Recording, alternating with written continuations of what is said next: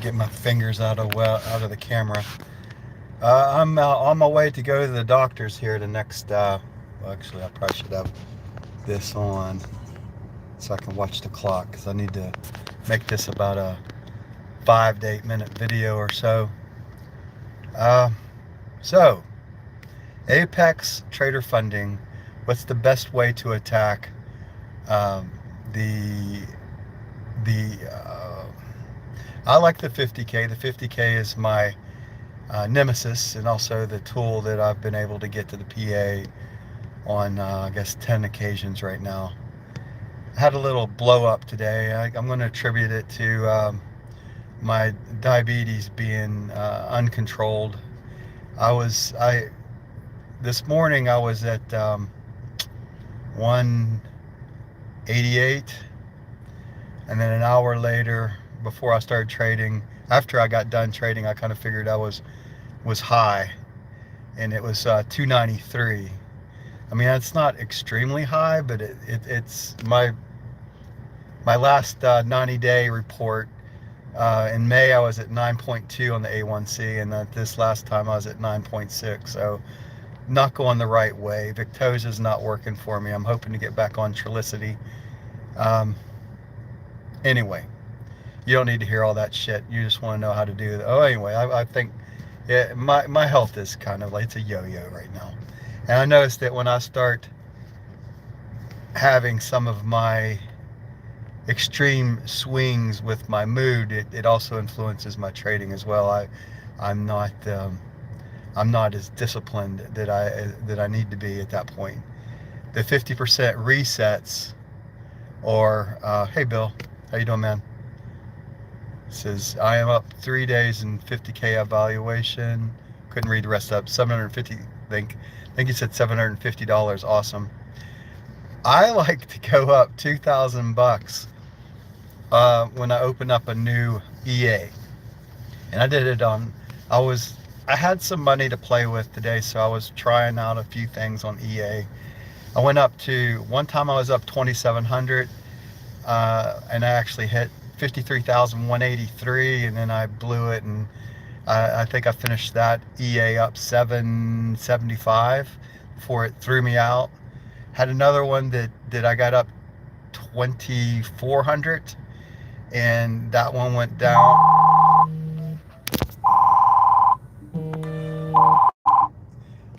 And that one went down to no, I mean, I was a little bit lower than that because it closed out at minus 425. And then I took on another one, and that one is what I stopped at. It's at 52. High is at 52,002, and I'm at 5186. So I think I took on a couple today. I was goofing to see what I could do with the EA. Day one is probably the one day that I'm willing to risk trading a bigger size on. But here's the point. If you say you trade 5 contracts, you can trade 10 up to the on the 50K. If you trade 5, you need to have a really good setup to get in that 5. Even if you're normally trading 2 or 1, if you double your size, I don't like 4. I want to go for 5.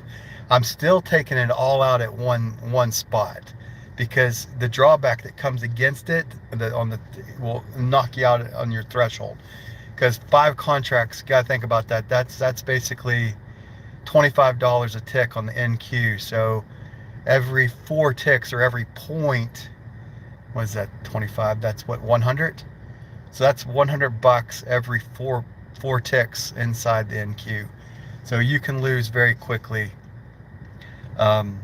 doing that. So you got to have some money set aside to put towards that type of thing if you're going to do that. So, but anyways, the best way I found how to attack Apex Trader Funding is on your very first trade, when you have the greatest, you have the 2,500 ability at that point, is you just go after it. If you have the money to set aside for it, because right now, if you go into one of these ones with 90% off, you're only risking $17.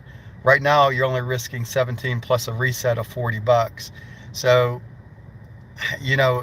I'm okay with that, because I know I got to qualify EA, and it doesn't matter how you qualify, just get to it, to get to the PA. Now, it's not the best way to go and approach it, but it's how, once I got first trade is done though. So let's say that last trade that I went from 5 contracts to start with to 3 to 2.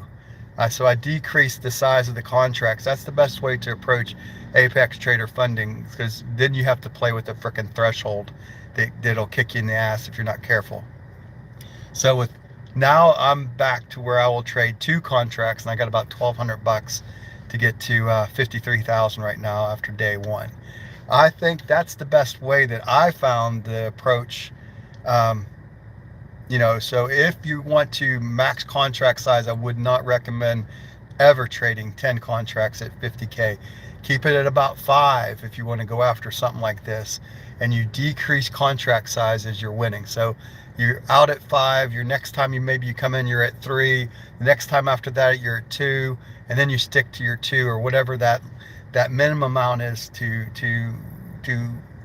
continue. So for instance, I was at on the one that I've quit at 51.8 today. So I've been at 52,000 a whole bunch of times. So I know that I'll get to 53. And I'm okay with spending a couple bucks to get to where I need to be. Anyway, so the point is to get to the PA. Bottom line, get to the PA as best and as fast as you can. At least that's how I approach it. I want to get to the PA, and then I want to most likely go reverse what I'm thinking right now. So if I'm willing to trade 5 contracts at the EA, I probably only need to trade 1 contract to start with the PA on the EA. So almost like reverse logic. I know the PA is where my nemesis is at this point. It's not the EA. I could trade 2 contracts and get back to to PA quickly within 7 trading days. I like to qualify it fast. Hopefully I'll qualify by 3 or 4 days in.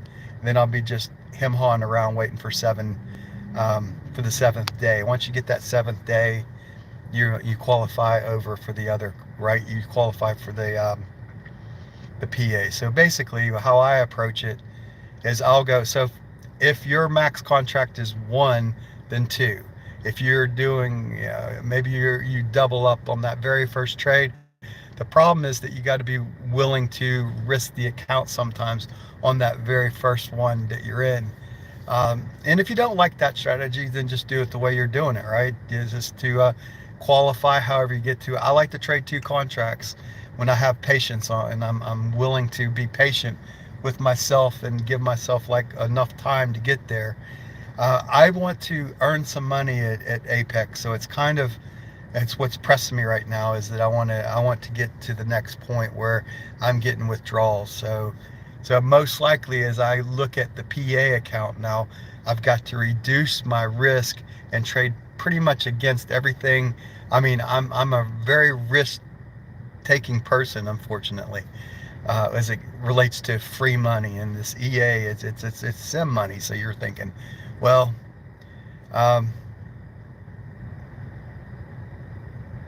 yeah, so the PA is where you have to be a lot more diligent. So I need to reread things that you're mentioning there, Bill. You can grow your account size and not have the daily limit to deal with. That's correct.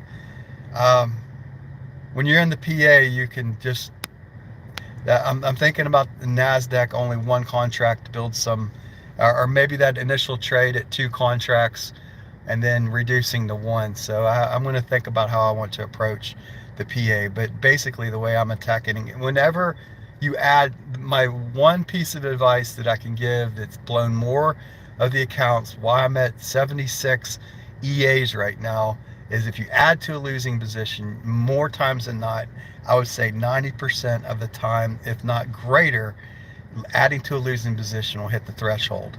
So anytime you feel like, oh, I'm going to add to this losing position, don't do it. That's add to a winning position. That's the best way to approach it. So if the market's falling, adding to a losing position or adding to the winning position, it's a lot more profitable.